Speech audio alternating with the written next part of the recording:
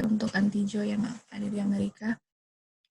Jadi hari ini tanggal 14 April di Indonesia dan tanggal 13 April di Amerika.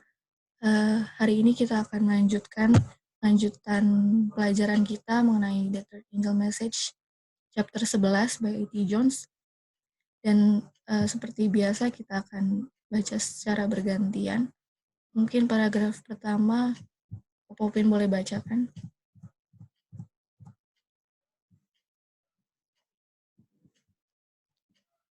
Tempat di mana kita berada dalam Alkitab. Anda ingat?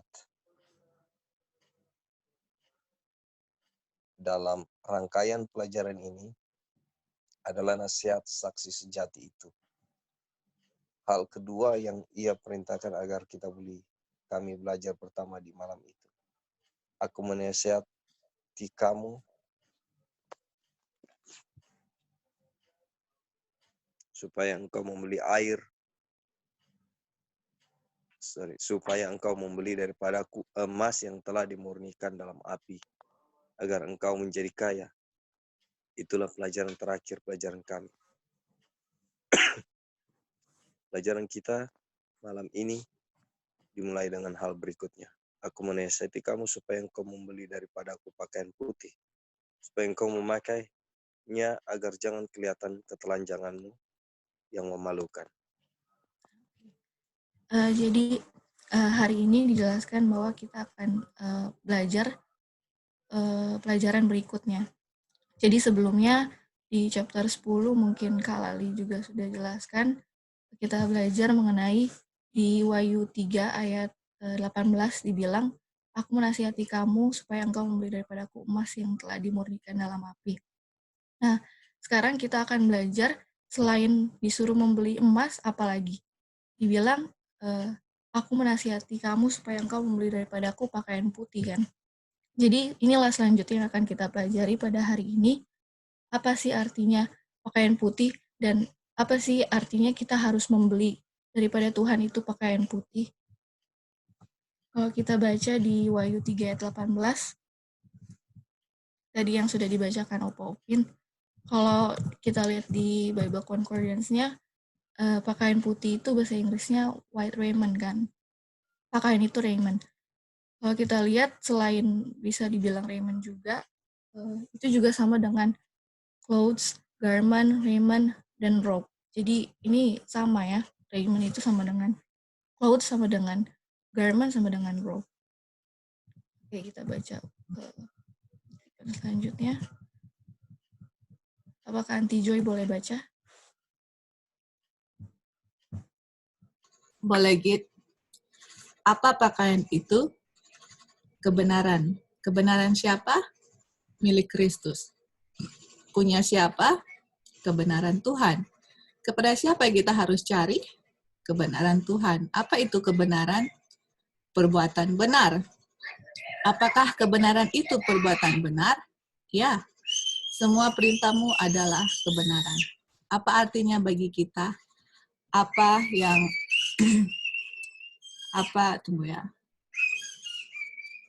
apa yang mereka katakan, lakukan. Benarkah perintah-perintah perlu dilakukan, bukan? Ya Tuhan, yang pertama dari semua perintah adalah engkau harus mengasihi Engkau harus mengasihi Tuhan Allahmu dengan segenap hatimu dan dengan segenap jiwamu dan dengan segenap akal budimu dan dengan segenap kekuatanmu. Dan yang kedua seperti itu, engkau harus mengasihi sesama manusia seperti dirimu sendiri. Pada kedua perintah ini tergantung semua hukum Taurat dan kitab para nabi. Kebenaran adalah perbuatan benar. Lalu itu cukup sederhana. Oke. Jadi kalau kita baca ini kayaknya sudah pernah kita pelajari kan. Tapi Ya, betul. yang penting kan, inilah pelajaran penting di mana kita bisa menang kan, kunci di mana kita bisa menang. Dan apa yang tadi Aunty Jo sudah baca tadi, kita akan buktikan dari beberapa ayat dan juga dari beberapa kutipan. Ini mungkin kita juga sudah pernah pelajari, tapi nggak apa-apa, kita ulang-ulang lagi ya. Jadi yang pertama kan ditanyakan apa itu pakaian. Ada yang boleh baca di Yesaya 61 ayat 10?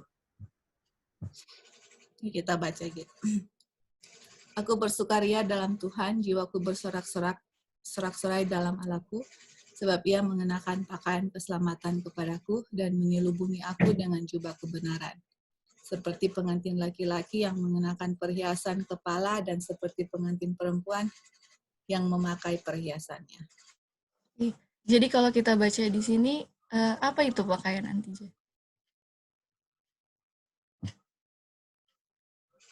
Oke. Pakaian dari keselamatan, gitu. Jubah Oh iya, kebenaran. Gitu. iya. Pakaian keselamatan dan juga jubah kebenaran kan, atau kita bisa bilang juga karena garments itu juga sama dengan robe, artinya pakaian itu adalah righteousness, boleh nggak nanti? Iya, betul. Oke, jadi benar ya. Jadi apa itu pakaian? Pakaian itu di Alkitab dibilang adalah righteousness, adalah kebenaran. Nah, kebenaran siapa itu? Atau kebenaran punya siapa itu? Kita baca di Yesaya 54 ayat 17. Apakah kawan Anda boleh baca?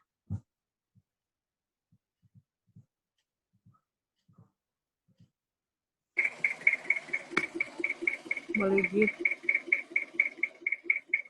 Yang setiap senjata ya? Iya. Setiap senjata yang ditempa terhadap engkau tidak akan berhasil, dan setiap orang yang melontarkan tuduhan melawan engkau dalam pengadilan, engkau buktikan salah.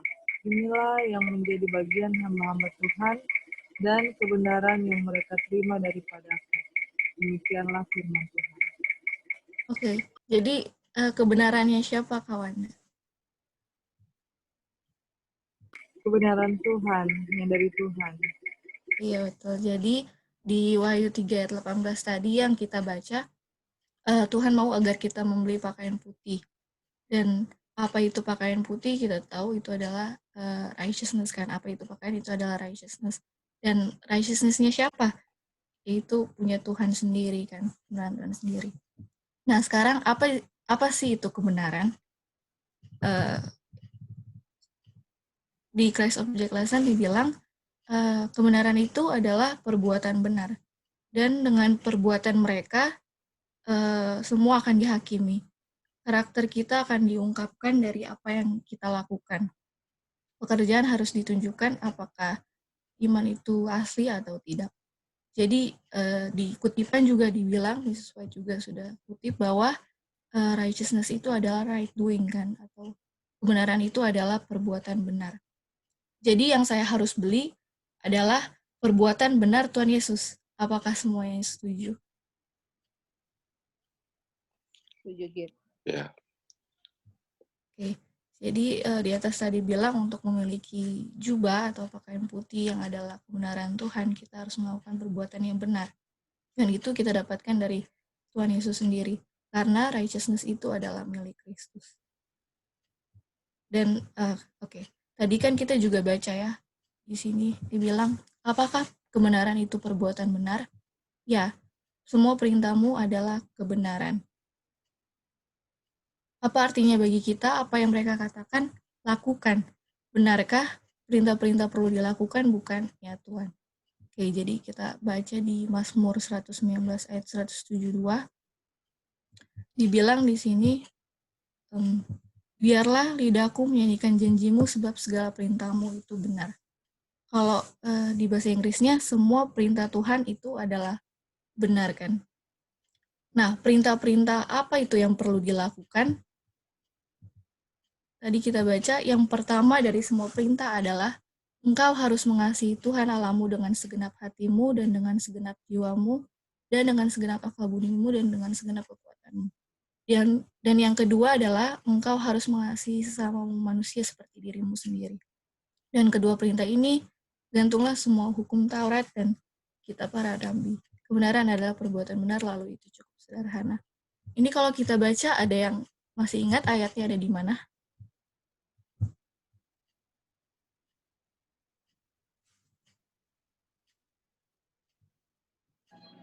Di Matius berapa ya, Git? Ya, di Matius 22. Mungkin. Oh, iya, betul. Kak Lali boleh baca, Kak? Ya. Dan seorang dari mereka, seorang ahli Taurat bertanya untuk mencobai dia. Guru, hukum manakah yang terutama dalam hukum Taurat? Jawab Yesus kepadanya, kasihlah Tuhan Allahmu dengan segenap hatimu, dan dengan segenap jiwamu, dan dengan segenap akal budimu. Itulah hukum yang terutama dan yang pertama. Dan hukum yang kedua yang sama dengan itu ialah kasihlah sesamamu manusia seperti dirimu sendiri.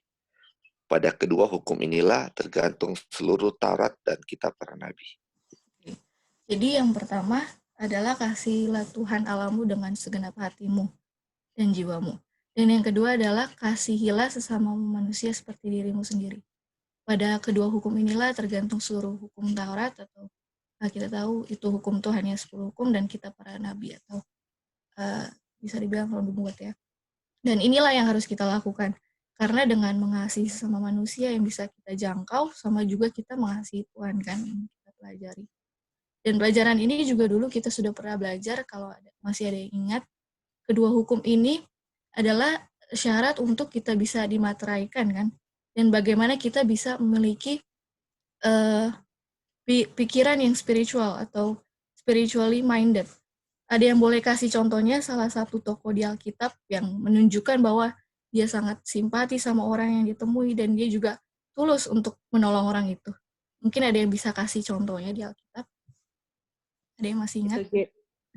Yang The Good Samaritan. Iya. Orang yang baik hati kan. Jadi di Wahyu 3:18 ini, saya harus membeli jubah putih. Nah, apa itu jubah putih? Kebenaran. Kebenaran siapa? Tuhan Yesus. Apa sih itu kebenaran? Perbuatan benar. Jadi yang harus saya beli adalah perbuatan benar Tuhan Yesus. Dan apa yang Tuhan bilang itu sudah pasti benar, atau semua hukum Tuhan itu sudah pasti benar.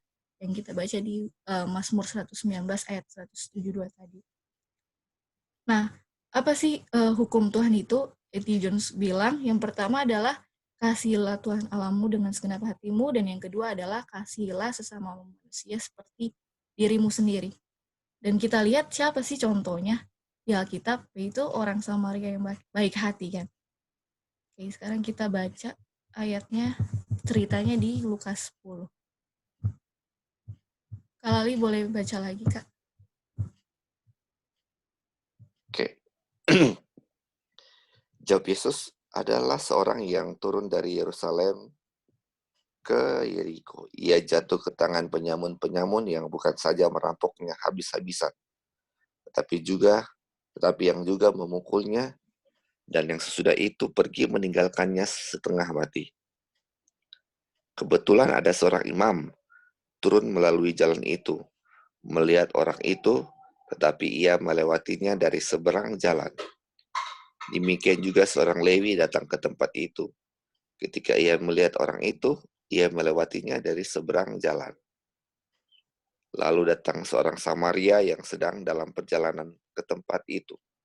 Dan ketika ia melihat orang itu, tergeraklah hatinya oleh belas kasihan. Ia pergi kepadanya lalu membalut luka-lukanya, sesudah ia menyiraminya dengan minyak dan anggur. Kemudian ia menaikkan orang itu ke atas keledai tunggangannya sendiri, lalu membawanya ke tempat penginapan dan merawatnya. Keesokan harinya ia menyerahkan 2 dinar kepada pemilik penginapan itu. Katanya, rawatlah dia, dan jika kau lanjakan lebih dari itu, aku akan menggantinya waktu aku kembali. Siapakah di antara ketiga orang ini menurut pendapatmu adalah sesama manusia dari orang yang jatuh ke tangan penyamun itu? Jawab orang itu, orang yang telah menunjukkan belas kasihan kepadanya. Kata Yesus kepadanya, pergilah dan perbuatlah demikian. Oke, thank you, Kak. Jadi kita tahu kan cerita ini, dan yang terakhir Tuhan Yesus bilang, pergilah dan perbuatlah demikian kan. Makanya tadi di atas dibilang, saat kita tahu itu, apa artinya bagi kita? Apa sih yang harus kita perbuat, lakukan kan? Benarkah apakah perintahnya harus dilakukan? Ya Tuhan. Jadi inilah perintah Tuhan yang harus kita lakukan, yaitu dengan kasihilah Tuhan dengan segenap hatimu dan kasihilah sesama manusia seperti dirimu sendiri. Sama seperti orang Samaria yang baik hati. Nah, sekarang kenapa Tuhan kasih contohnya itu orang Samaria yang baik hati? Kenapa harus itu perintah yang harus kita lakukan kan? Kenapa nggak E.T. Jones bilang apa gitu perintahnya, tapi kenapa dia langsung kutip kedua perintah itu? Kita baca di kutipan Mrs. White.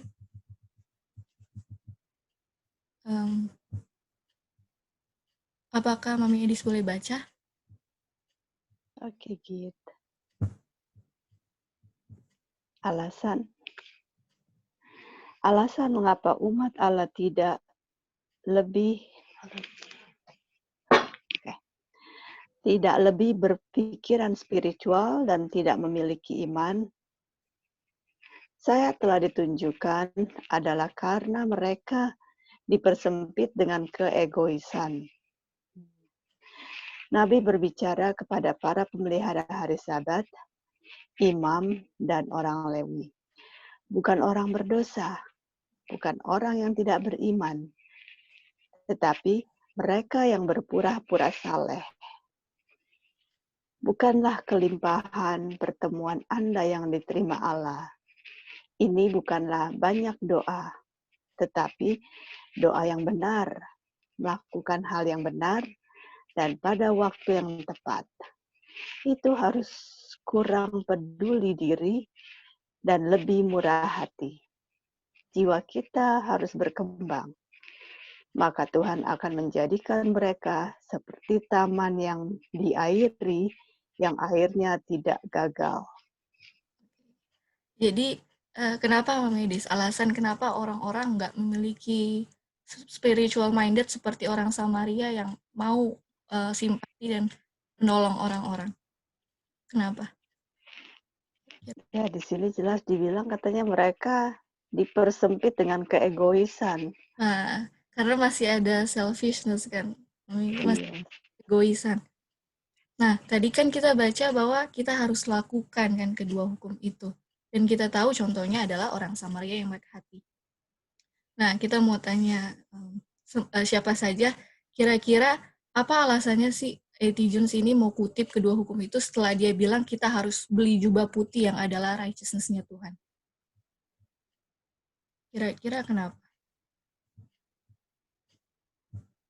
Kalau Git, Ya, kan tadi sebelum A.T. Jones kutip ayat itu, kan tadi dia punya kutipan kan dia bilang righteousness itu right doing, toh Git?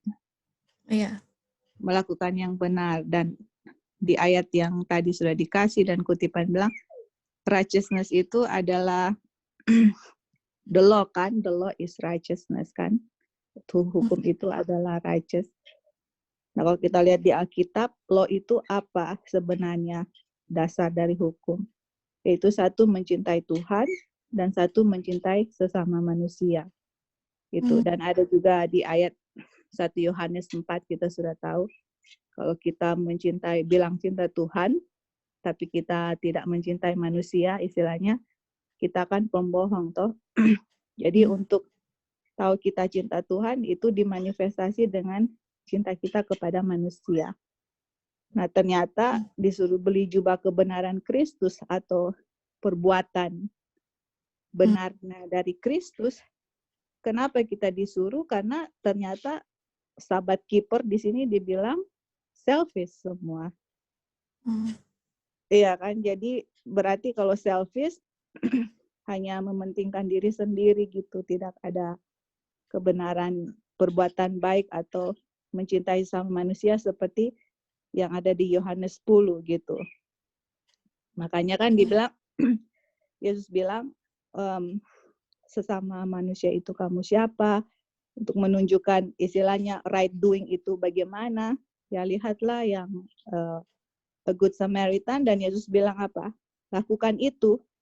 Waktu kita lakukan itu sama dengan kita membeli kebenaran Kristus kan istilahnya, karena Kristus juga datang ke dunia ini menunjukkan perbuatan seperti Good Samaritan kan. Dan kalau kita baca Ellen White bilang Good Samaritan itu melambangkan Tuhan Yesus gitu. Dia datang untuk menyelamatkan kita. Dan kita dipukul atau dirob oleh setan. Jadi Tuhan Yesus lah sebenarnya yang Good Samaritan, dan Yesus bilang lakukan seperti itu. Waktu kita lakukan seperti itu atau melakukan ada right doing-nya, nah itulah kebenaran Kristus yang dia bilang kamu nggak punya. Berarti dengan kata lain, counsels untuk orang-orang Laodikia, orang semua ini punya leprosy dari selfishness toh, yang tidak ada kebenaran Kristus. Dan kalaupun orang melakukan kebenaran, kalau tidak mengerti pekabaran malaikat ketiga, mereka pikir itu adalah kebenaran mereka sendiri, padahal itu semua kebenaran Tuhan yang Tuhan berikan kepada kita. Dan kalau firman Tuhan atau kebenaran Tuhan ada dalam kita, spiritnya Tuhan, kita akan melakukan hal yang sama, tapi tidak pernah untuk bilang, oh saya yang lakukan, gara-gara saya, tapi itu semua adalah perbuatan Tuhan. Oke, itu sih, thank you. Iya, thank you Aunty Joy. Ya, jadi benar ya yang Aunty Joy tadi sudah bilang. Jadi kalau kita bisa ambil adalah bagaimana caranya kita mau melakukan itu dengan membeli jubah kebenaran Tuhan Yesus dan melakukannya kalau kita masih ada selfish kan di diri kita. Apakah kita sudah mengasihi saudara-saudara kita atau tidak? Apa kita masih mementingkan diri sendiri atau lebih peduli tentang kepentingan orang lain? Mana bisa kita juga mau mengasihi sesama kalau kita masih selfish kan? Makanya disebut kedua hukum itu. Kalau kamu mau melakukan ini, coba lihat dulu di diri kita, apakah kita masih selfish atau tidak.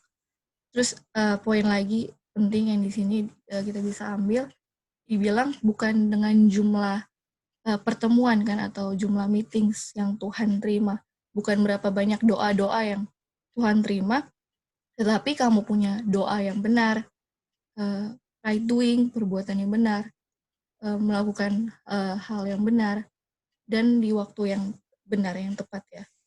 Jadi dengan itu kamu harus lebih kurang untuk mementingkan diri sendiri, tapi harus lebih banyak untuk kamu menolong orang lain. Bukan seberapa banyak juga saya itu bawakan Bible study dan berapa banyak saya sudah berdoa, tapi saya punya right doing juga lah yang dan suka menolong lah yang Tuhan terima. Oke, mungkin sampai sini ada yang mau menambahkan? Halo, Itu. selamat pagi. Oh, silakan, Ge. Oh, sorry Kak. Nggak cuma mau bilang itu yang tadi kan kenapa hukum dibilang tadi. Jadi kalau kita lihat hukum itu mungkin sederhananya hukum itu adalah hukum kasih, hukum itu adalah right doing kan. Jadi kalau ketika kita mau sembah Tuhan, kayak hukum 1 sampai 4 itu right doing. Makanya tadi bilang lakukan kan. Hukum 5 sampai 10 hormat orang tua, jangan membunuh, jangan berzina, jangan membunuh, jangan berdusta, jangan menggini, itu adalah right doing. Dan right doing itu, hukum itu akan benar kalau dilakukan kan. Makanya kalau melihat yang harus kita beli adalah penurutan akan hukum yang tapi right doing-nya bukan right doing-nya kita, right doing-nya Tuhan. Jadi istilahnya dalam menurut itu pun harus dari Tuhan, dari right doing-nya Tuhan. Kita nggak bisa melakukan right doing kan. Yang bisa yang melakukan menurut hukum itu adalah dari Tuhan juga. Mungkin seperti itu. Thank you. Ya, thank you Kak Bali. Roy mungkin tadi ada mau tambahkan. Iya. Jadi di Yeremia 13:23 kan, dapatkah orang Ethiopia mengganti kulitnya atau macan tutul mengubah belangnya? Masakan kamu dapat berbuat baik orang-orang yang membiasakan diri berbuat jahat? Jadi untuk menghasilkan right doing itu sesuatu yang caranya bukan wah firman ini bilang harus bikin right doing, saya harus bikin right doing. Oh, firman Tuhan bilang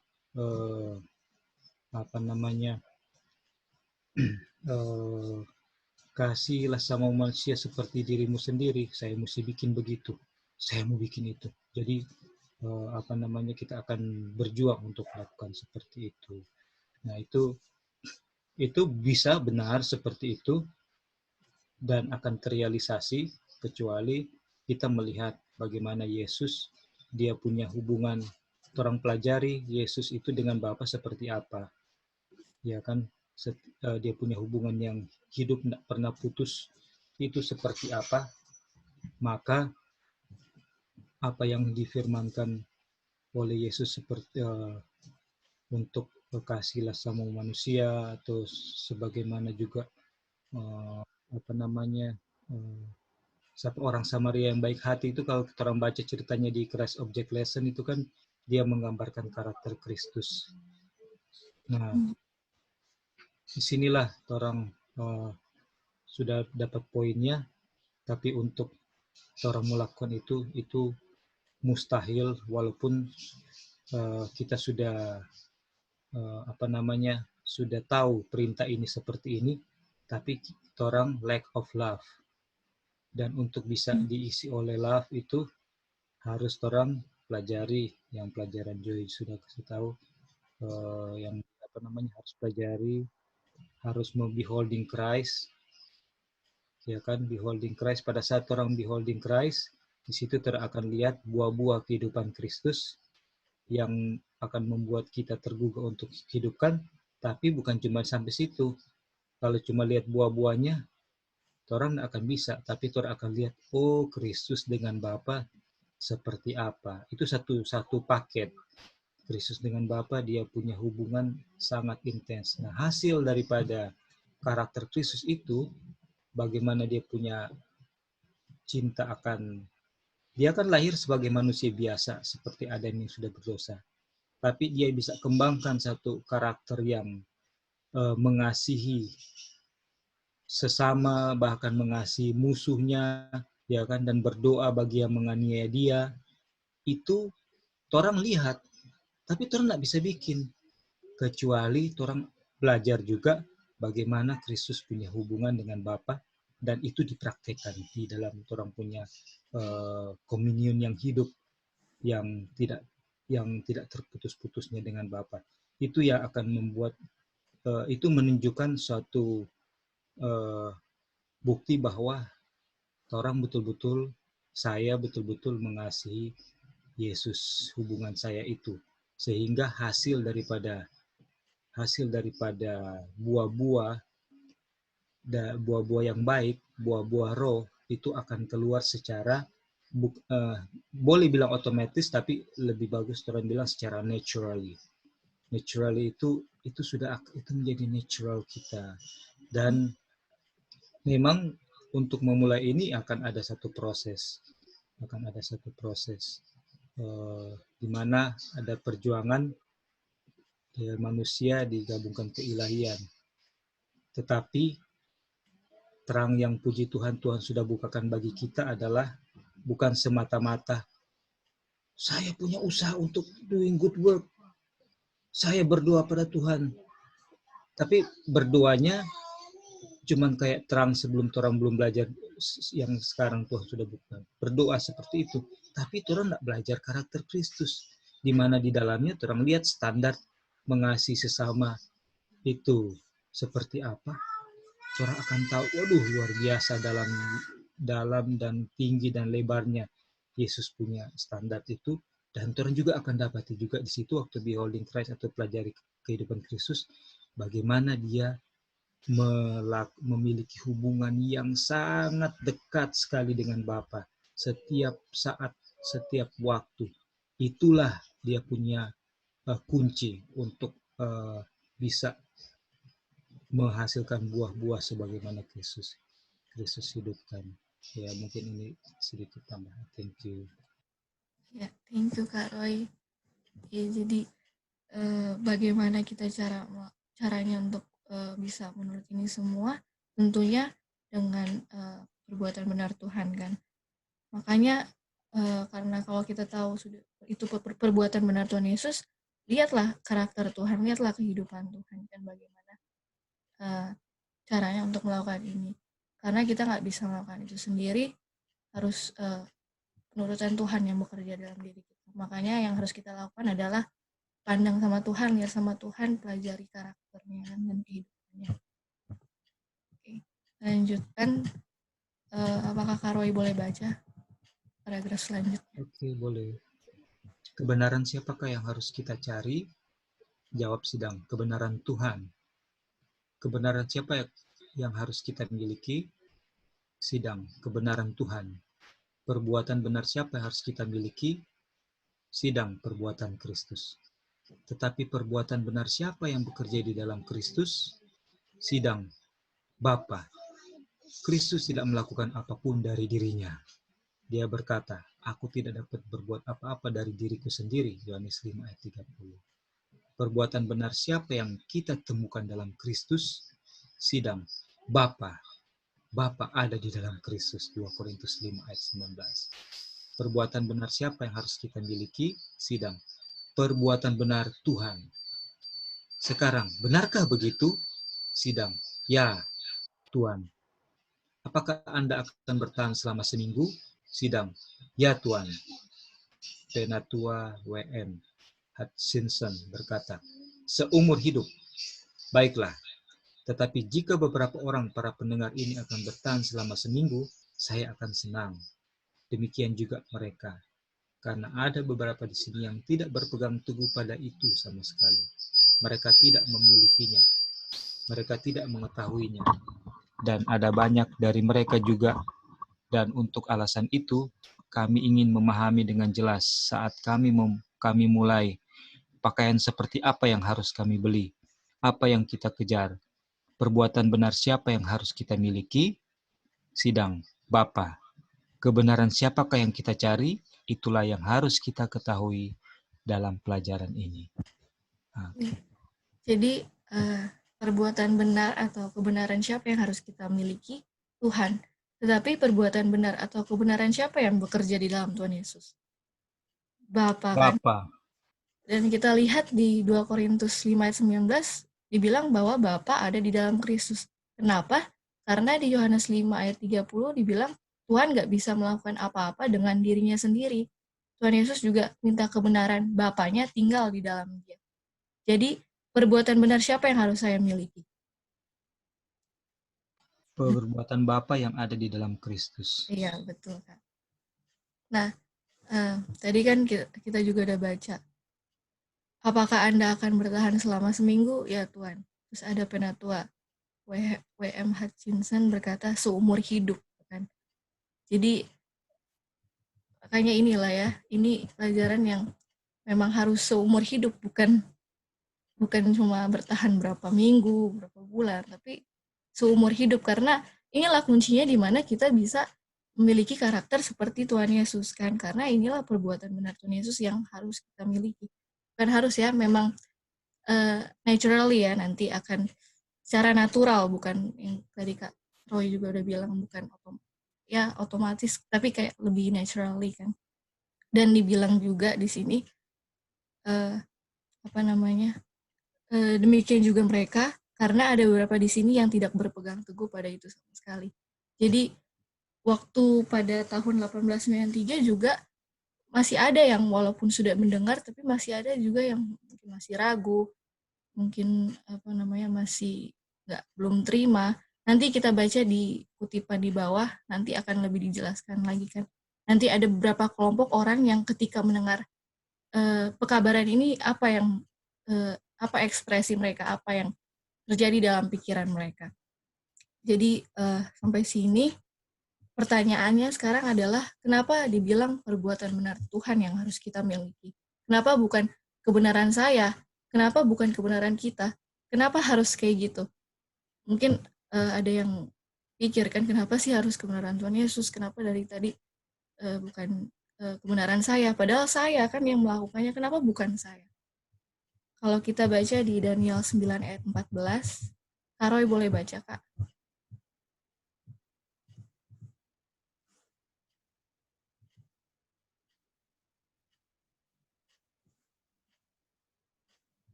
Halo, kita sudah baca belum nyalain mikrofon, sorry.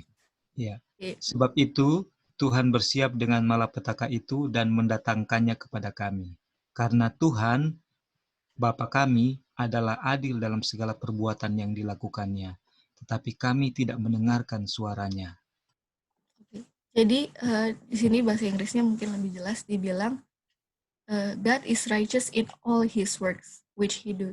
Jadi pekerjaan yang dilakukan Tuhan itu benar, semua pekerjaan yang Tuhan lakukan itu righteous, itu benar.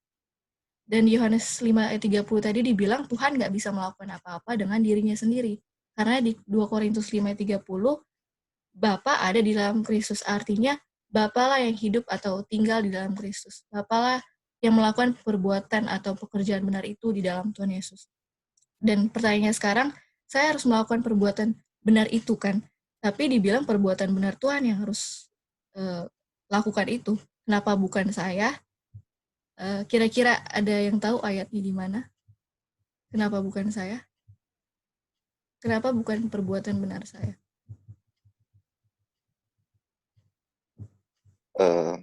Yesaya, semua perbuatan kita adalah filthy rag kan? Iya. Yesaya 64 ayat 6. 64, iya. Kak Lali boleh baca, Kak? Demikianlah kami sekalian seperti seorang najis, dan segala kesalahan kami seperti kain kotor. Kami sekalian menjadi layu seperti daun, dan kami lenyap oleh kejahatan kami, seperti daun lenyap oleh angin. Oke, Dilenyapkan oleh angin. Ya. Jadi kenapa bukan kita? Karena semua perbuatan benar kita itu seperti kain kotor kan? Apa yang kita lakukan itu semua kotor, nggak benar. Walaupun kita mungkin dulu anggapnya itu udah benar kok, itu perbuatan baik yang Tuhan juga sudah kasih contoh kok. Tapi kita lakukan itu dengan dengan usaha kita sendiri, dengan mungkin ide atau gagasan kita sendiri, bukan karena kita bergantung sama Tuhan, bukan karena kita minta kekuatan Tuhan, kuasa Tuhan, penurutan Tuhan bekerja di dalam diri kita. Jadi ayat aja udah dibilang semua yang kita lakukan itu, semua kita punya righteousness itu adalah kain kotor. Kenapa sih seperti kain kotor? Di COL 311.4 dibilang karena segala sesuatu yang kita lakukan itu sudah tercemar oleh dosa. Jadi kalau saya sendiri yang bikin itu sudah tercemar oleh dosa.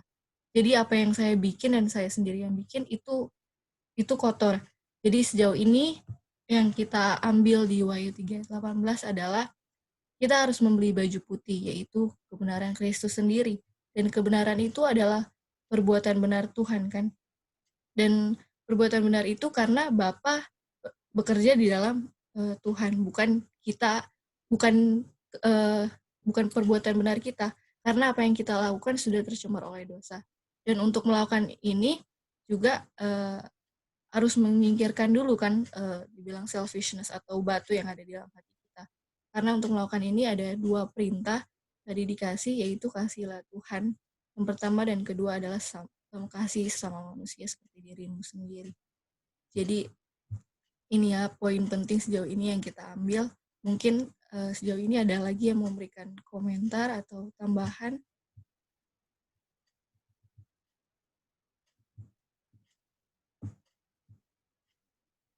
Oke, kalau tidak ada kita. Halo. Iya Kak, halo. Iya, kita mau bacakan ini DA 324. Ini yang cocok sekali dengan kutipan pelajaran yang sekarang kan. Di sini dia bilang begini. Tidak, it is not necessary, tidaklah penting bagi kita untuk secara bebas untuk memilih pelayanan untuk melayani kerajaan kegelapan.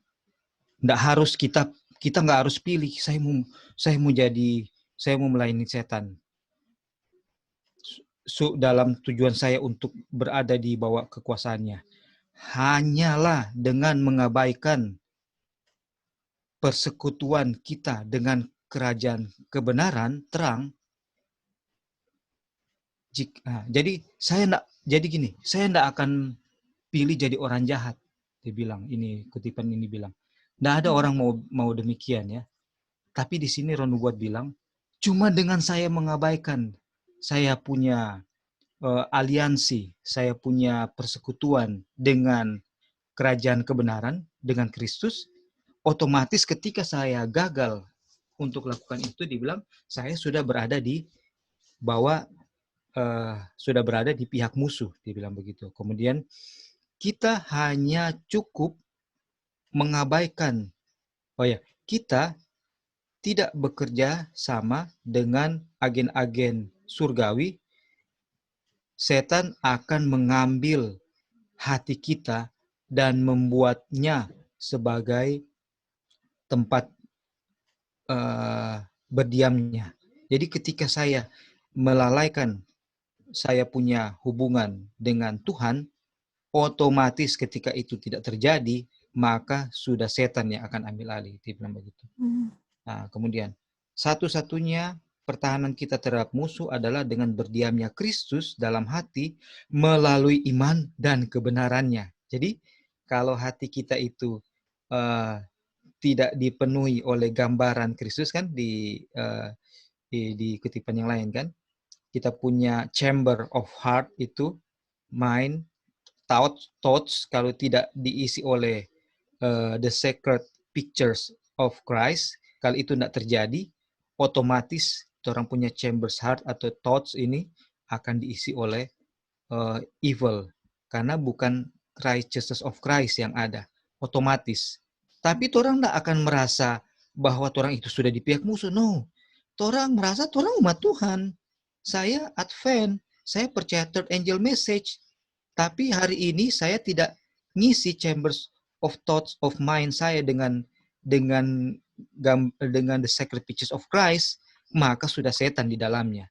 Hasilnya apa? Apakah saya bisa saya masuk hari Sabat, saya nggak bikin dosa hari Sabat, saya nggak bikin ini, nggak bikin itu sesuai perintah Tuhan, saya bisa bikin good work seperti itu, namanya tidak diisi oleh righteousness of Christ, maka kalaupun kita bisa menurut, kita akan puas dengan kita punya penurutan, dan kita akan percaya dengan kita punya di kutipan di Steps to Christ, orang akan percaya dengan orang punya good works. Hasilnya adalah orang tidak mau lagi mau intens hubungan dengan Kristus. Orang sudah rasa cukup, dan itu akan naturally orang akan merasa lebih benar dari yang lain. Tidak akan bisa orang rubah itu. Ketika krisis datang, itu akan terungkap. Nah, kemudian dibilang, kecuali kita menjadi secara vital, secara berkualitas ya, connected with God, kita tak akan bisa menahan efek-efek dari cinta diri, pemanjaan diri, dan pencobaan terhadap dosa. Nah, ini tinggal satu ini. Kemudian kita bisa saja, ini dia bilang, meninggalkan banyak kebiasaan buruk untuk for the time, untuk satu waktu, kita bisa menjadi bagian. We may live off many bad habits for the time we may part company with Satan. Jadi sementara kita ada di kumpulan setan atau jadi pihak setan, saya sedang bisa tinggalkan bad habits. Lihat ini. Ini dia yang namanya hari ini saya nggak ada connected with Christ, ya kan? Tapi saya bisa doing good works. Saya bisa tinggalkan bad habits. Kemudian dia bilang, but without a vital connection with God through the surrender of ourselves to Him, moment by moment, we shall be overcome. Jadi itu cuma akan bertahan, tadi kan di kutipan tadi bilang, berapa bulan? 1 hari? 1 minggu? 1 itu? Kok ada yang ketua bilang apa tadi? Selamanya. Tapi di sini kutipan bilang, kalau orang bisa lakukan itu, sementara orang di pihak setan, ada lakukan good works, ada tinggalkan bad habits, tapi orang akan di overcome oleh setan. Kenapa? Karena tidak connected with Christ. Dan termnya orang sudah mengerti apa arti connected. Without a personal acquaintance with Christ, tanpa sebuah pengenalan pribadi dengan Kristus dan suatu continual communion, we are at the mercy of the enemy and shall do his bidding in the end. Kita sedang berada di bawah kemurahan musuh dan akan terikat oleh musuh sampai akhirnya. Itu mungkin bisa connected dengan pelajaran kita. Thank you. Ya, thank you Kak Roy buat tambahannya. Iya, jadi bagaimana juga supaya kita bisa benar-benar naturally, itu karena Tuhan yang lakukannya dalam diri kita, harus ada connected with Christ kan. Dan tadi juga sudah dibaca kalau salah satunya adalah communion kan with God. Jadi kita tahu itu berkomunikasi dengan Tuhan di pagi hari itu juga sangat penting, di mana sebelum kita melakukan aktivitas kita, untuk melakukan aktivitas kita minta dulu kan, minta kekuatan Tuhan dulu untuk bekerja dalam diri kita. Karena mungkin kita berpikir waktu kita misalnya nggak connected with Christ, tapi pas satu hari itu kita rasa kita berbuat benar, memang berbuat benar, tapi karena fondasinya itu bukan karena Tuhan yang bekerja di dalam diri kita, setan tetap bisa overcome kita. Jadi kuncinya juga adalah, salah satunya adalah communing dengan Tuhan setiap hari kan. Itu sangat penting. Thank you Kak buat tambahannya. Mungkin ada lagi yang mau menambahkan? Halo Git, mau tambah sedikit. Iya, Kalau kita baca kutipan Ellen White yang mengenai gadis-gadis bodoh dengan gadis-gadis bijaksana, kan semua punya lampu ya, tapi hanya bijaksana yang mempunyai minyak. Tapi ada satu di kutipan di situ yang bilang, kenapa mereka, jadi dibilang semua tahu event-event, peristiwa-peristiwa, semua menunggu kedatangan Tuhan gitu. Tapi bedanya gadis bijaksana dengan yang gadis bodoh itu, salah satu yang gadis bodoh tidak bikin adalah mereka tidak ada communion dengan Bapa. Jadi cocok sekali ya dengan pelajaran-pelajaran yang kita sudah belajar ini. Makanya perlu sekali untuk memang benar-benar harus beholding Christ yang kita sudah belajar, dan memang perlu sekali pelajari akan kehidupan Tuhan Yesus, bagaimana dia berkomunion dengan Bapa. Itulah juga kita harus mengikuti jejak yang sama kan. Dan waktu kita mengikuti jejak yang sama yang Tuhan Yesus lakukan waktu dia dengan Bapa, itulah kita punya minyak-minyak untuk ada communion, close communion dengan Bapa, supaya perbuatan-perbuatan yang kita lakukan bukan pura-pura bilang, padahal dalam hati, oh ini saya yang bikin, merasa bangga. Tapi dalam kita punya bibir bilang, oh ini pekerjaan Tuhan, tapi dalam hati kecil tetap aja ambil kredit seperti itu ya. Tapi kalau memang betul-betul sama yang Kak Roy tadi jabarkan, vital kita punya communion dengan Tuhan dan memang merasa bukan kita sama sekali, dan memang betul-betul jujur dalam hati kita, bukan kita, Tuhan yang lakukan itu. Nah, disitulah kita punya habit yang communion dengan Bapa. Dan disitulah kita bisa bilang sama seperti Yesus secara jujur, bukan saya lakukan. The work, pekerjaan yang saya lakukan ini adalah karena Bapa berdiam di dalam saya. Dan itu jujur, bukan hanya dalam mulut saja ya, dan bukan kita bicara tapi dalam hati kecil, saya juga kok ada, masa sih enggak seperti itu. Jadi inilah yang membedakan antara gadis bijaksana dengan gadis-gadis bodoh. Mereka ada communion dengan Bapa. Selain ada beberapa hal yang lain, tapi kita ingat satu, gadis bijaksana ada communion dengan Bapa. Oke, thank you, Git. Thank you, Aunty Joy. Mungkin ada lagi yang menambahkan? Halo, sorry. Iya, mau menambahkan yang Joy bilang itu, bebas kutipannya bilang, they not study his character, which is the oil. Itu yang they love righteousness. They love people that study righteousness. They advocate for the truth, menjadi pembela kebenaran. Tapi mereka tidak study his character. Dan kita sekarang, kita nggak, orang semua ini, orang nggak menempatkan posisi sebagai orang yang sebagai yang apa namanya, yang sudah studi ya. Kita nggak, ketika pun orang kutip ini, orang nggak mau menempatkan bahwa pihak tertentu banyak belajar yang lain tapi nggak studi karakter. Nggak. Orang tetap menempatkan diri bahwa orang lah itu yang apa, belum studi karakter Kristus. Kenapa? Karena buktinya saya secara pribadi masih jatuh. Artinya sebenarnya saya belum melakukan itu. Itu yang harus jadi pelajaran juga yang harus orang ingat, bahwa orang berada dalam posisi sebagai orang lah Laodikia itu. Kenapa? Karena apa namanya, dan itu pun orang katakan sekarang, misalnya saya bilang orang harus tempatkan itu, atau firman itu katakan itu, tapi secara naturally, unless orang lihat karakter Kristus, orang tidak akan ungkapkan itu dengan, yang akan bisa ungkapkan dengan sepenuh hati bahwa saya lah Laodikia itu. Tidak. Tapi waktu saya baca karakter Kristus, itu akan terungkap, saya akan jatuh di lutut dan akan bilang sama Tuhan, Tuhan, sayalah yang Laodikia, bukan siapa-siapa.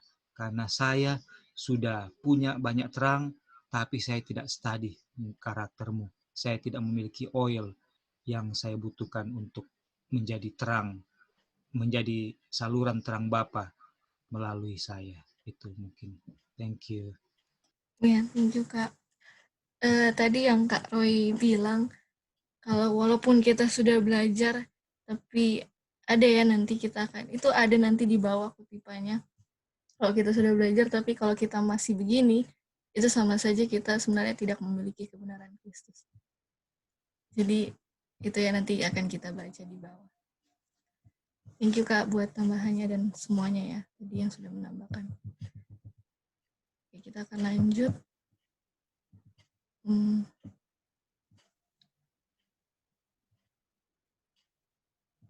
Apakah Anti Acil boleh baca?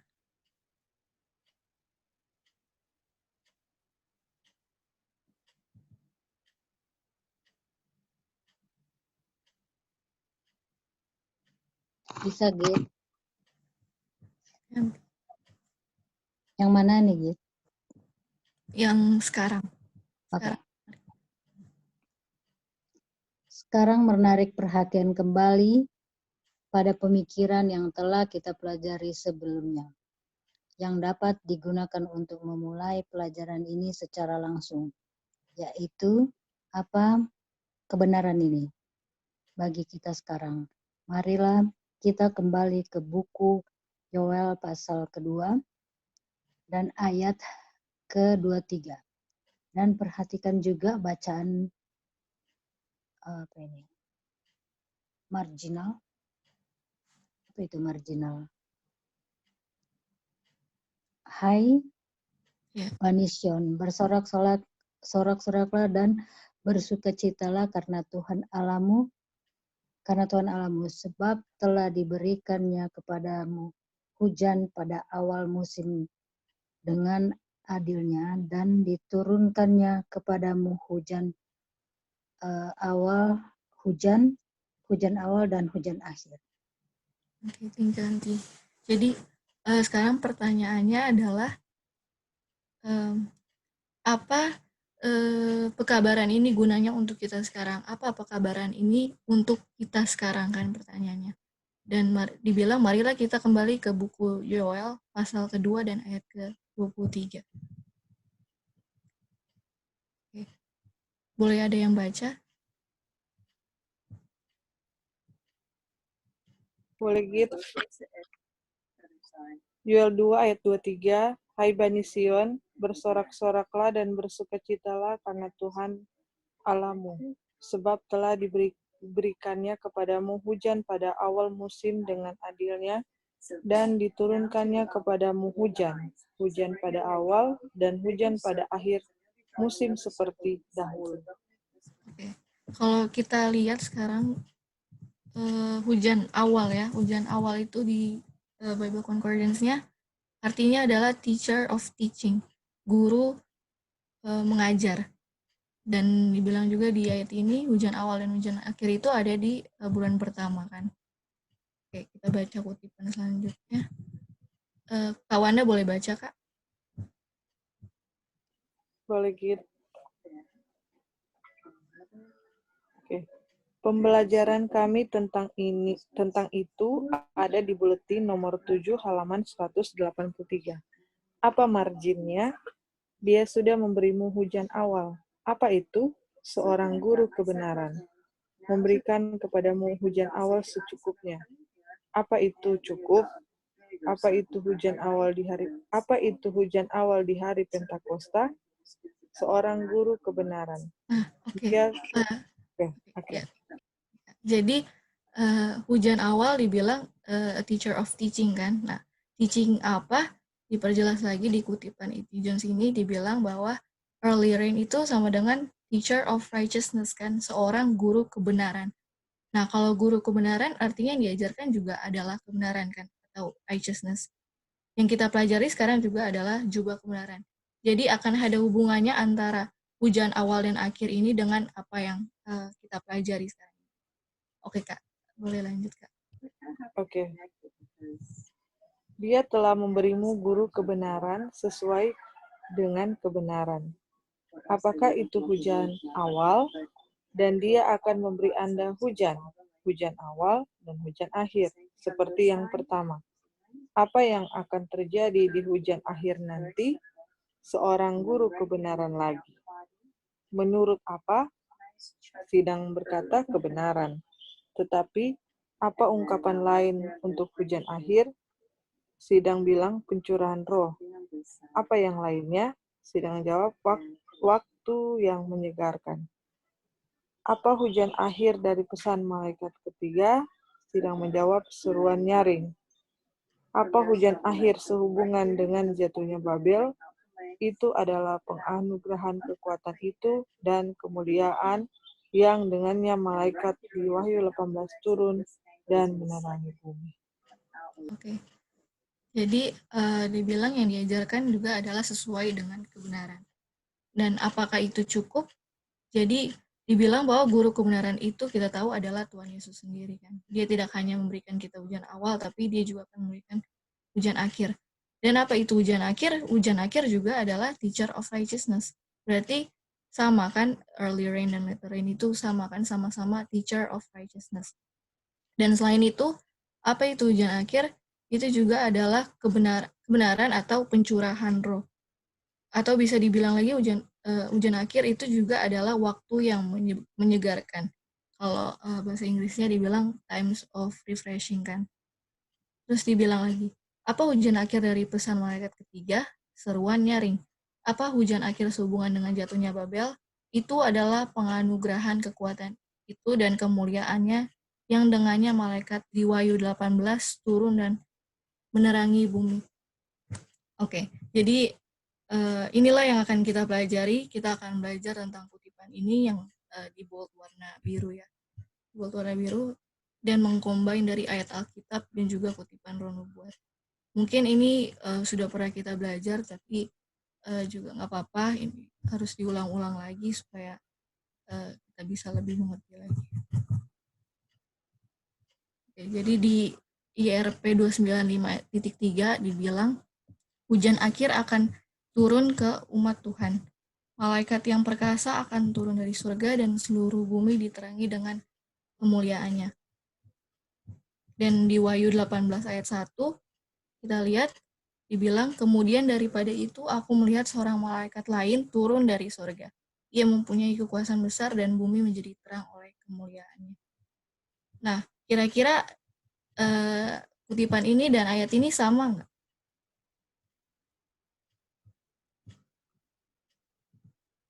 Sama ya, ada malaikat yang turun dari surga dan seluruh bumi diterangi juga dengan kemuliaannya. Dan di Wahyu 18 ayat 1 juga bumi menjadi terang oleh kemuliaannya.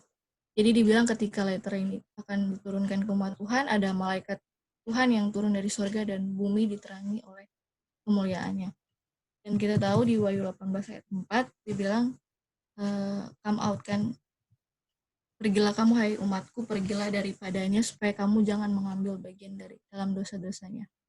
Come out of her. Dan kita tahu ini Babylon kan, come out from Babylon. Dan kalau di line kita tahu di line 144.000 dibilang kita tahu sejak 9/11. Nah, sekarang kita akan baca lagi cerita di Ezra 7 ayat 9. Ada yang boleh baca?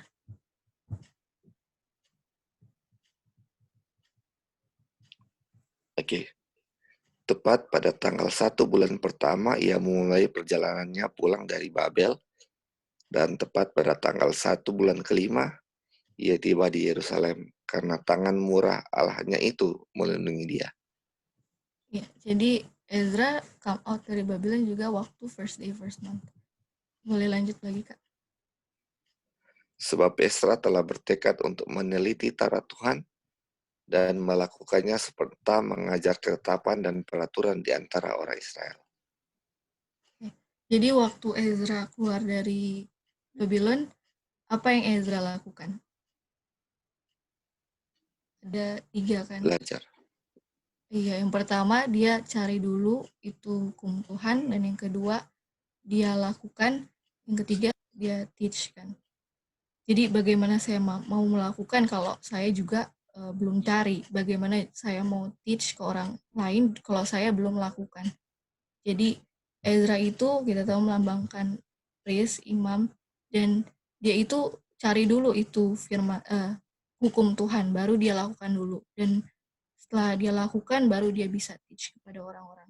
Itulah yang Ezra lakukan sebagai priest yang benar sejak 9/11. Oke, boleh lanjut, Kak. Inilah salinan surat yang diberikan Raja atas sastra kepada Ezra, imam dan ahli kitab itu yang ahli dalam perkataan, segala perintah dan ketetapan Tuhan bagi orang Israel. Jadi ini mungkin kita sudah pernah belajar ya.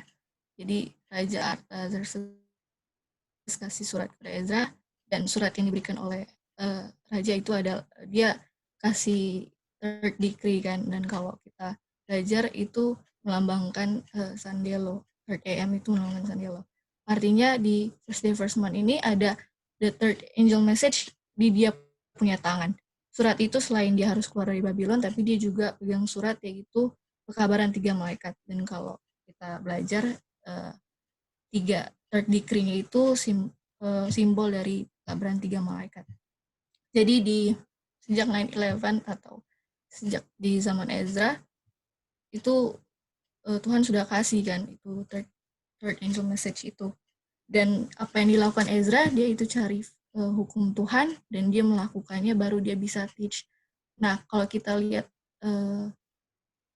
cerita dari Ezra ini, nanti kita akan belajar, itulah juga yang step-step yang harus kita lakukan. Kita harus cari itu hukum Tuhan, kita harus lakukan, dan baru kita bisa teach kepada orang. Oke. Boleh lanjut lagi, Kak, baca. Apakah kita siap untuk mengambil bagian dalam pekerjaan mulia dari pekabaran malaikat ketiga? Apakah bejana kita siap menerima ampun surgawi? Sudahkah kita mencemari dan berdosa di dalam hati? Jika demikian, marilah kita membersihkan bait suci jiwa dan bersiap untuk hujan akhir. Penyegaran dari hadirat Tuhan tidak akan pernah datang ke hati yang dipenuhi dengan kenajisan. Semoga Tuhan membantu kita mati untuk diri sendiri, agar Kristus, harapan kemuliaan, dapat dibentuk di dalam. Saya harus memiliki roh Tuhan di hati saya. Saya tidak pernah bisa maju untuk melakukan pekerjaan besar Allah, kecuali Roh Kudus bersandar kepada jiwa saya. Seperti kutu yang terengah-engah di sungai, begitu juga kencang jiwaku. Oh, seperti rusa yang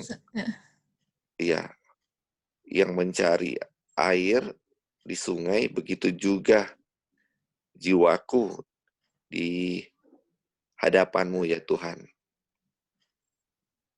So after the hari penghakiman ada pada kita.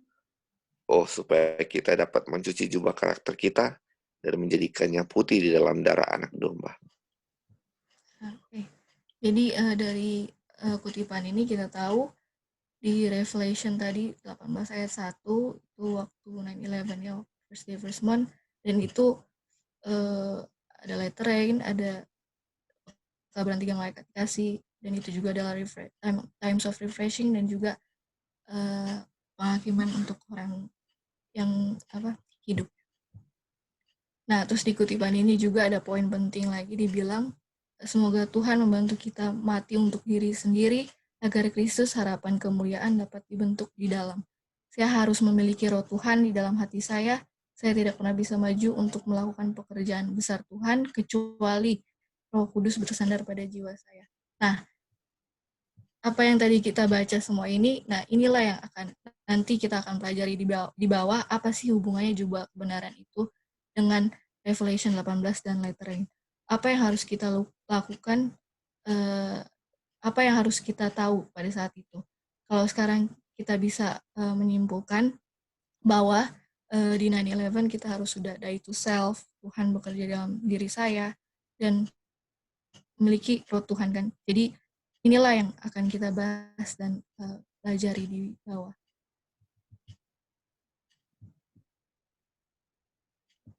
Kutipan ini apakah Aunty Joy boleh baca?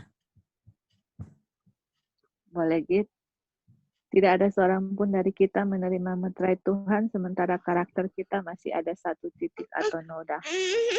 Itu tergantung kepada kita untuk memperbaiki cacat dalam karakter kita, untuk membersihkan keabah jiwa dari setiap kekotoran.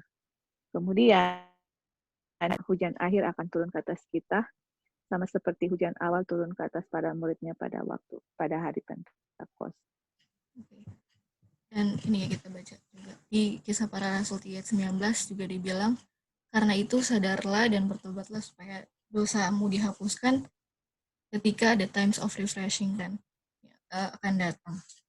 Jadi dibilang bahwa agar hujan akhir turun ke atas kita, sama seperti ketika hujan awal turun ke atas para murid di hari Pentakosta, kita sudah tidak ada satu noda pun atau nol dosa. Dan di ayat ini dibilang, karena itu sadarlah dan bertobatlah supaya dosamu dihapuskan. Karena times of refreshing atau later rain itu akan datang. Bertobatlah, belilah jubah kebenaran Tuhan, kasihlah Tuhan dan sesama manusia, harus mati diri, harus Christ in me, agar dosa kita bisa dihapuskan. Barulah hujan akhir itu bisa dicurahkan di atas kita. Jadi kalau ini ya, mungkin kita bikin ini gambarnya sedikit. Oke, nah ini yang akan kita pelajari ya, lebih dalam lagi. Mungkin sampai sini ada yang mau menambahkan sebelum kita lanjut.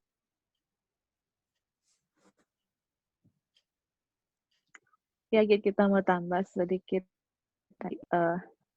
Kita ingat Ellen White punya kutipan yang bilang waktu A.T. John sama Wagner mau kasih pekabaran malaikat ketiga, terus ditolak pekabarannya. Kita masih ingat mereka juga tolak apa sebenarnya? Mereka sebenarnya menolak kecurahan Roh Kudus tanpa batas kan? Dan mereka juga menolak Revelation 18 yang mana malaikat datang untuk menerangi bumi dengan kebenarannya. Jadi kalau kita lihat itu Ellen White bilang begitu, berarti untuk mempelajari kembali mengenai kecurahan Roh Kudus tanpa batas, untuk menerima karakter Tuhan yang dilambangkan dengan malaikat yang turun dari surga itu menerangi bumi dengan kemuliaannya, dan kita tahu glory itu melambangkan karakter. Kita harus memang betul-betul menerima pekabaran malaikat ketiga yang sudah dibawakan oleh A.T. John sama Wagner ya, yang mereka benar-benar adalah hamba yang Tuhan pilih untuk the messenger yang Tuhan pilih untuk memberitakan pekabaran malaikat ketiga. Jadi memang betul kalau kita belajar-belajar ini, emang betul ya mereka kasih dengan jelas apa itu kebenaran, itu apa itu jubah putih, apa itu yang kita sudah belajar sebelumnya, I self, dan itu gold itu yang lagi emang benar-benar kita juga dikasih pengertian dari Tuhan, puji Tuhan, untuk mempersiapkan diri kita menerima hujan akhir yang mana itu adalah kebenaran. Thank you, Git. Iya, thank you Anti buat tambahannya. Mungkin ada lagi mau menambahkan?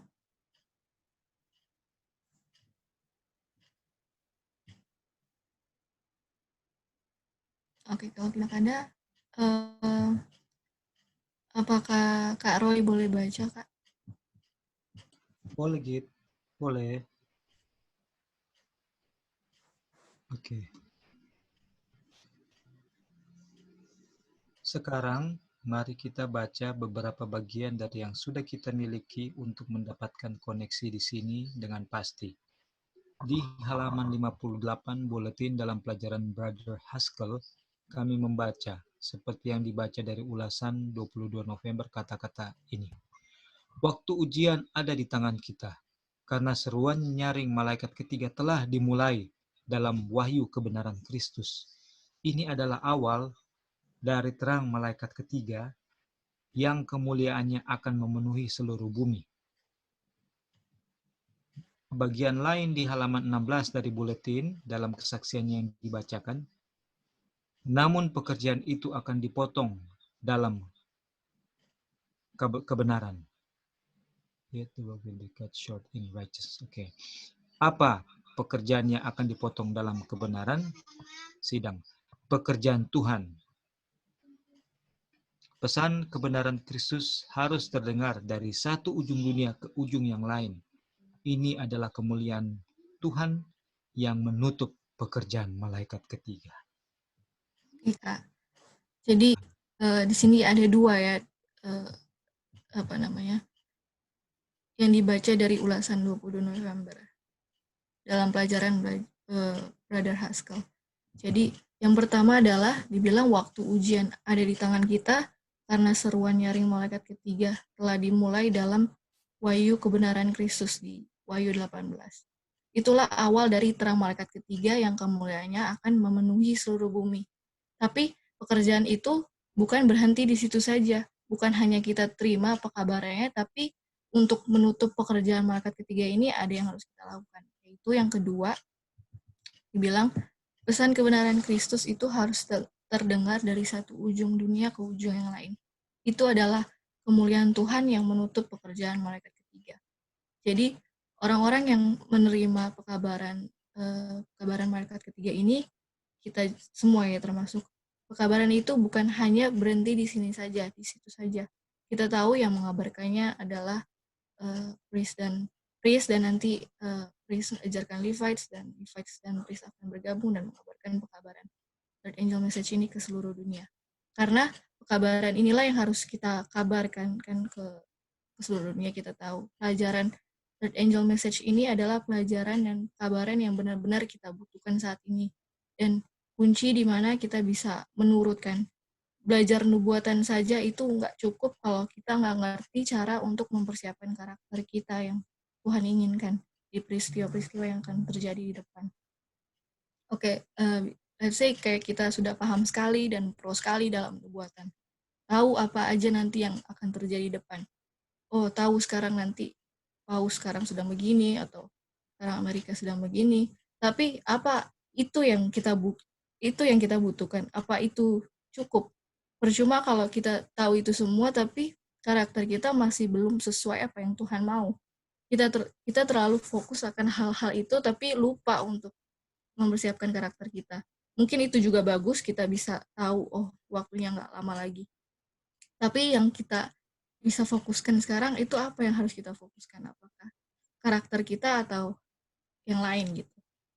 Kita juga pernah pengalaman waktu dengar ini semua, karena kita terlalu fokus dengan hal itu, jadinya takut, stres. Padahal waktu kita belajar, pelajaran inilah yang membuat kita akhirnya jadi kayak, gimana ya, rasanya kayak tenang. Oh, ada Tuhan kok, ada Tuhan yang bisa tolong kita, ada Tuhan yang bisa membuat kita supaya nggak jatuh lagi. Jadi, itulah yang harus kita fokuskan kan sekarang ini. Inilah yang kita butuhkan, pekabaran inilah yang kita butuhkan sekarang. Dan bukankah righteousness itu juga sama dengan glory kan? Jadi dengan mengabarkan ini, kemuliaan Tuhan lah yang bisa menerangi seluruh bumi ini. Jadi pekabaran ini nggak cukup kalau kita terima begitu saja, tapi nanti saatnya kita bisa menutup pekerjaan ini dengan mengabarkannya ke seluruh dunia. Mungkin dari kutipan ini ada yang mau menambahkan? Yang Gita bilang itu betul, Git. Karena itu sesuai juga dengan ayat Alkitab di Matius 6 ayat 33 kan. Carilah dulu kerajaan Tuhan and His righteousness tuh, baru semuanya akan ditambahkan kepadamu. Jadi itu betul, semua kita harus pelajari secara seimbang. Sudah tahu betapa dekatnya Tuhan Yesus, tapi apa sih yang sebenarnya kita perlukan? Seperti itu kan. Kalau belajar nubuatan sudah tahu, lihat tanda-tandanya, apa yang sudah terjadi. Harus tanya sendiri apa yang kita butuhkan, yang kita tidak punya, yaitu righteousness-nya Tuhan yang kita tidak ada. Dan apa itu righteousness? Nah, inilah yang kita pelajari karena kita disilkan ada dua, intelektual dengan spiritual. Jadi harus tahu inteleknya itu spiritual itu seperti apa. Spiritualnya itu kalau sudah tahu itu apakah hanya teori atau itu bisa dipraktekkan dengan, of course ya bukan kita, tapi itu semua adalah pekerjaan Tuhan di dalam kita. Dan bagaimana untuk mencapainya, itulah yang kita lagi sedang fokus untuk cari, karena bisa saja dengan peristiwa-peristiwa yang terjadi menarik kita punya perhatian lebih kepada excitement gitu, dengan ini berita ini begitu-gitu. Akhirnya yang harusnya Tuhan suruh kita cari, kita nggak cari. Udah teralihkan kita punya pikiran ke hal-hal yang tidak ada hubungannya dengan mencari kebenaran Tuhan Yesus. Jadi kita diingatkan lagi untuk kebenaran Kristus itu harus dicari duluan, yang lain-lain Tuhan akan tambahkan kepada kita. Thank you, Git. Thank you, Anti. Iya, jadi yang tadi kita lihat waktu Ezra keluar juga dari Babylon, apa yang dia lakukan? Dia pertama cari dulu itu Tuhan, baru kedua dia lakukan dulu, baru dia bisa teach kepada orang-orang.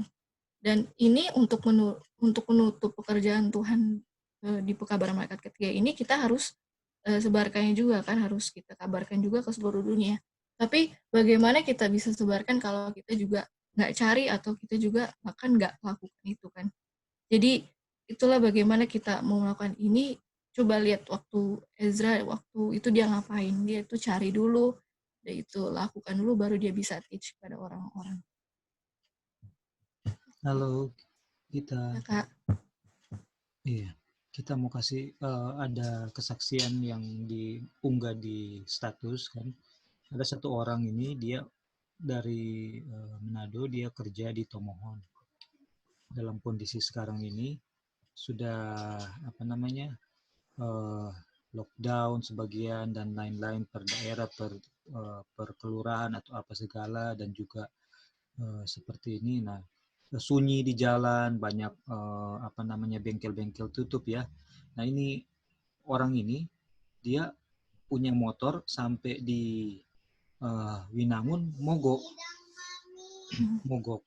dan dia usahakan untuk di starter, akhirnya jalan lagi, dan dari Winangun cuman naik sedikit sampai di Pineleng, dia punya motor mogok lagi. Nah, kemudian sementara dia perbaiki, datang satu orang menawarkan bantuan kan, dia tawarkan bantuan. Akhirnya dia bilang, ini kemungkinan karena ini sudah sistem injeksi itu yang sudah harus pakai akinya, nggak boleh suak kan. Ini berarti aki sudah suak, aki motornya bro, dia bilang. Jadi dia tawarin, coba buktikan. Dia keluarin dia punya aki motor yang dia bawa, ini penolong ini punya motor, dia keluarin akinya, dia coba tes, pasangkan di motor dari testifier ini, orang yang menyaksikan ini. Dan jadi berarti betul ini akinya yang ini. Terus dia bilang, iya kita sudah harus kerja di Tomohon, sudah mau telat bla bla bla. Akhirnya si penolong ini tahu enggak, dia kasih, dia bilang begini, sudah bro pakai saja ini, kita punya aki, kita cuma tinggal di sana kok, masuk lorong dekat Indomaret, cuma dia tunjuk, cuma dekat, dia bilang. Nanti Jo kalau so kelar kerja ada waktu baru cari pak kita di bla bla bla gitu. Dan setelah dia kasih pakai, terus dia punya teman yang ada gitu teman satu, dorang baku bantu dorong dia punya motor Jadi intinya adalah dia pulang ke rumah, dia punya motor tinggal dia tolak karena dia punya aki, dia so kasih pinjam ke orang yang dia nak kenal.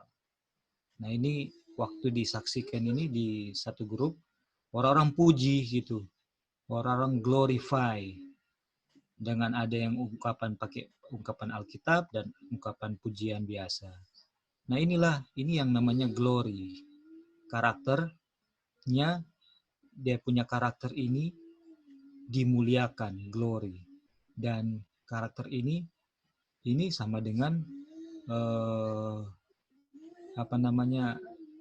mau apa dia orang yang rajin Bible study atau apa, tapi karakternya ini dimuliakan oleh orang-orang situ, oleh orang-orang yang membaca ini. Kita sendiri terkesan sekali, tergugah sekali waktu baca ini, kesaksian ini. Si yang menyaksikan ini bilang, aduh ini bro ini sangat menolong dan bla bla bla, dan orang-orang sangat ini. Jadi ini artinya kenapa righteousness of Christ itu di kutipan ini pada penutupan third angel message itu akan glory God, karena karakter daripada Kristus yang ada di hamba-hambanya itu akan dilihat orang dan mereka akan bilang, wow, ini betul-betul karakter daripada Tuhan, ini betul-betul sangat sangat layak untuk dimuliakan, dan mereka akan memuliakan Tuhan. Ternyata ada juga ya orang-orang yang seperti memiliki karakter seperti Tuhan dan Tuhan dimuliakan. Itu mungkin tambahan sedikit. Thank you. Ya, thank you Kak buat tambahannya. Iya Kak, pas Kak Roy bilang begitu, waktu kita lihat juga waktu virus corona ini kan banyak kan yang ngasih bantuan karena ekonomi merosot menurun. Jadi banyak orang-orang yang di luar sana yang mungkin gajiannya per hari, mereka mau gak mau harus tetap keluar rumah gara-gara supaya tetap bisa ada penghasilan gitu. Dan kalau kita lihat malah banyak orang dunia yang lebih banyak membantu mereka gitu. Dan waktu baca cerita orang Samaria yang baik hati, siapa yang bantu? Dia kan, bukan priest, bukan Levites, tapi orang dunia malah yang bantu. Jadi sebenarnya itulah ya, makanya teguran untuk kita, bahkan yang sudah terima pekabaran ini, apakah pekabaran ini hanya kita asal terima saja gitu, apakah itu cukup kita terima. Tapi makanya dengan inilah dikasih kan jalan keluarnya. Kita bisa lakukan ini kok, tapi Tuhan yang melakukan dalam diri kita. Minta Tuhan supaya kita bisa melakukannya, maka Tuhan juga akan bekerja di dalam diri kita. Thank you Kak buat tambahannya. Sebelum kita lanjut, ada lagi yang mau menambahkan?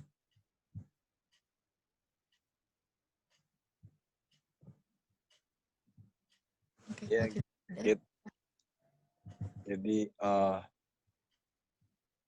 ketika kita dapat kesempatan untuk melihat peristiwa seperti orang Samaria, Samaritans itu, biarlah kita ambil kesempatan itu. Setiap ada kesempatan, ada yang perlu ditolong, biarlah kita punya hati yang otomatis melihat dan langsung bergerak, entah di jalan atau di mana saja. Dan setelah melakukan itu, otomatis kita yang sudah belajar akan selalu ingat bahwa Tuhan yang melakukan itu, bukan saya. Tapi selalu ada sukacita setelah hal itu terjadi di dalam hati, di mana firman itu benar. Jadi cuma mau mengingatkan buat kita semua, ketika di hadapan kita ada kesempatan peristiwa seperti The Samaritan, kita langsung ambil. Jangan kita tunggu atau kita berpikir untuk mengulurkan tangan kita. Itu aja sih. Iya. Thank you Pak buat tambahannya. Iya ya, jadi mungkin dari kejadian ini kita ambil hal positifnya, bisa dibilang ambil hikmahnya gitu. Jangan lihat negatifnya, karena segala sesuatu itu terjadi karena ada maksudnya gitu. Dan biarlah dengan ini bisa lebih menyadarkan kita kan, kalau ada kejadian ini pasti langsung ada kesempatan buat cari Tuhan, lebih menyadarkan kita untuk lebih belajar lagi akan firman Tuhan, lebih banyak menyadarkan lagi untuk lebih banyak berdoa, lebih bergantung lagi sama Tuhan, menurut hukum Tuhan, terutama waktu ada kejadian ini, hukum kesehatan. Mungkin bisa saja kita lupa gara-gara, oh kita sehat-sehat saja kok, oh lagi nggak ada wabah penyakit kok, ya udahlah, kayak ya udahlah ngapain gitu, menuruti hukum kesehatan gitu. Nah, malah dari peristiwa ini malah lebih diingatkan lagi untuk menuruti hukum kesehatan gitu. Jangan lupa berjemur, makan makanan yang bergizi, yang sehat, dan juga banyak minum air, minum air putih yang banyak gitu. Jadi sebenarnya dari kejadian ini bukan malah membuat kita cemas atau takut, tapi malah puji Tuhan gitu, kita bisa diingatkan lagi, masih ada kesempatan untuk mungkin bisa menolong orang lain kalau kita bisa membantu yang kita bisa jangkau.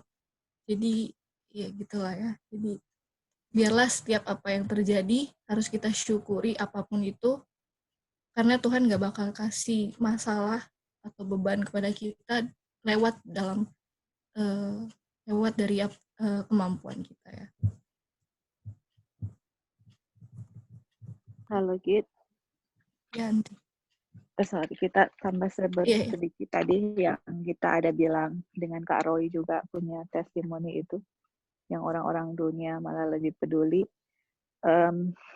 Kita ingat Ellen White punya kutipan yang dibilang bahwa orang dunia itu mereka itu bukan kita punya kategori istilahnya walaupun katanya kebiasaan orang dunia bukan kita punya ukuran ya bagi kita, tetapi Ellen White bilang, saya sudah dikasih tunjuk bahwa mereka punya simpati belas kasihan orang dunia bagi orang-orang yang malang, dalam banyak hal mempermalukan yang mengaku pengikut Kristus. Jadi sebenarnya orang dunia kalau kita lihat, mereka bukan standar ya kita punya untuk melakukan perbuatan yang baik. Tapi Ellen White bilang, banyak orang-orang seperti yang tadi Kak Roy ada cerita, yang tadi kita bilang, mempermalukan kita, istilahnya sekarang dalam wabah penyakit begini. Yang malah yang lebih menakutkan setelah wabah ini adalah wabah selfishness. Kalau kita lihat ya, itu toilet paper di Amerika, paper towel, sampai orang berkelahi cuman gara-gara itu, Jadi langsung ketahuan semua untuk mau melayani diri sendiri seperti itu. Lihat orang seperti kayak nggak mau get in touch with them, harus jaga jarak seperti itu ya. Jadi kayak waduh, ini kejadian seperti ini. Jadi gimana ya? Jadi kita punya belas kasihan, selfishness-nya itu memang semua langsung keluar seperti itu. Jadi kalau kita lihat Tuhan Yesus dulu di zaman Tuhan Yesus bangsa Israel, kalau kita lihat corona ini sama seperti orang lepresi kan, terisolasi, nggak boleh kena, kalau kena get in contact, sepertinya terinfeksi seperti begitu. Kalau kita lihat Tuhan Yesus, malah dia menjamah orang kusta. Jadi tidak ada dari dirinya begitu, tetap simpatinya selalu ada untuk orang lain. Dan yang tadi kita bilang, yang coronavirus ini orang lain banyak, orang-orang dunia lebih bersimpati. Betul, orang-orang dunia memang lebih bersimpati dan mempermalukan umat-umat Tuhan, seperti orang Samaria, priest dengan Levite, umat-umat Tuhan yang bekerja untuk Tuhan dipermalukan oleh perbuatan dari orang Samaria yang mereka anggap itu penyembah berhala dan seperti itu. Jadi, dan Ellen White bilang bahwa kalau dia punya kutipan seterusnya, kalau kita katanya tidak peduli terhadap orang-orang yang membutuhkan, Ellen White bilang, kita punya nama di surga itu ditulis bersalah ringan dan orang pelanggar hukum. Seperti Mene-Mene Tekel Upharsin, Raja Belsasar, kan ditimbang tapi kosong, toh tidak ada Mene-Mene Tekel Upharsin. Jadi, terus Ellen White lanjutkan, dia bilang, kalau kita neglect, lalai dengan kita punya duty, kita punya tugas kepada orang yang memerlukan dan orang yang orang yang suffer begitu, orang yang menderita, itu sama dengan kita lalai melakukan tugas kita kepada Kristus di dalam orang-orang kudus. Jadi kita lalai menolong orang lain sama dengan kita lalai, karena di Matius 25 kan Yesus bilang, apa yang kau lakukan kepada orang ini sama dengan engkau memperlakukan kepada saya.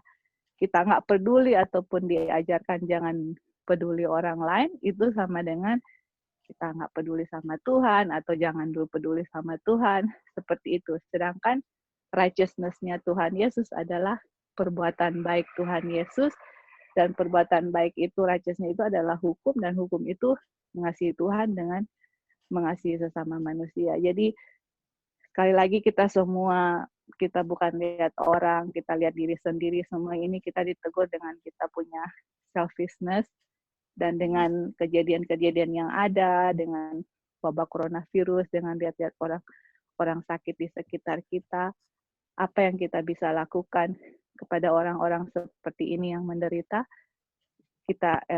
Alkitab bilang, Ellen White bilang, kamu lakukan kepada Kristus. Jadi itu yang menunjukkan kalau kita lakukan kepada orang lain sama seperti lakukan kepada Kristus. Berarti kalau kita bilang kita cinta Tuhan, kita harus mencintai sesama manusia seperti itu kan.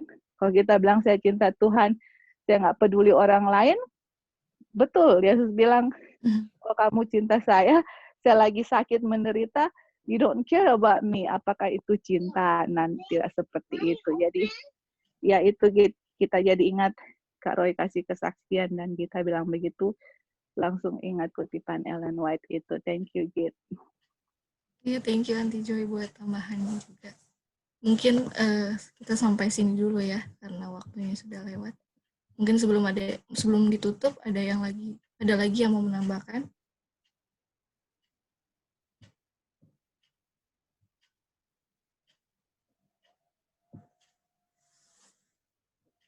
Oke, kalau tidak ada, kita sampai sini dulu dan nanti akan